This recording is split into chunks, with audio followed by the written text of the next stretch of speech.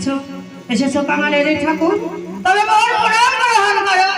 বৎস, তোমার মন বাচ্চা পূর্ণ হোক। বলো বৎস, বারবার কেন ডাকো রে?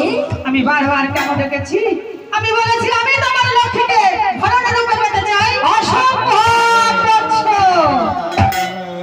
হবে না। তুমি হবার চাহর তোমার অবশ্যই মিলিবে।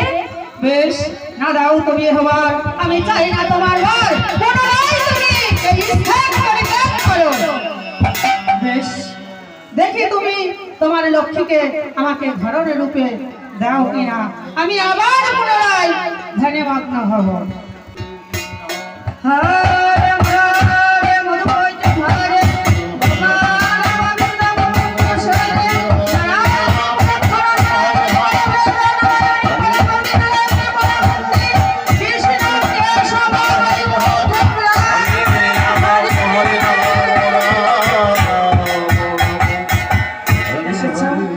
এসেছ কাঙালের ঠাকুর, মোর প্রণাম গ্রহণ করো।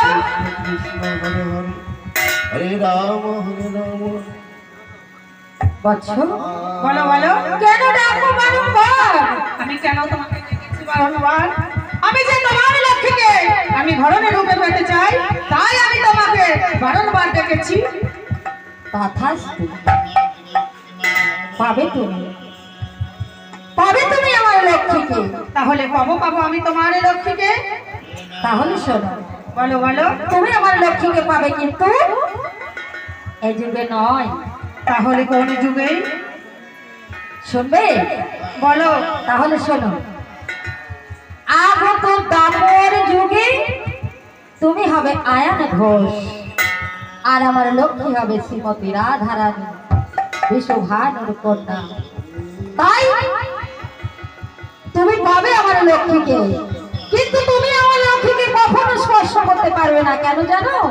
কারণ হচ্ছে তুমি হবে নর বংশ, তোমার শরীরে কোনো কাম বলতে কিছু থাকবে না। তাই তুমি আমার লক্ষ্মীকে স্পর্শ করতে পারবে না। এবারে শোন, আমার লক্ষ্মীকে আমি তোমার হাতে অর্পণ করি। বেশ, হরে রাম রাম রাম হরে হরে। হরে কৃষ্ণ হরে কৃষ্ণ হরে রাম হরে রাম।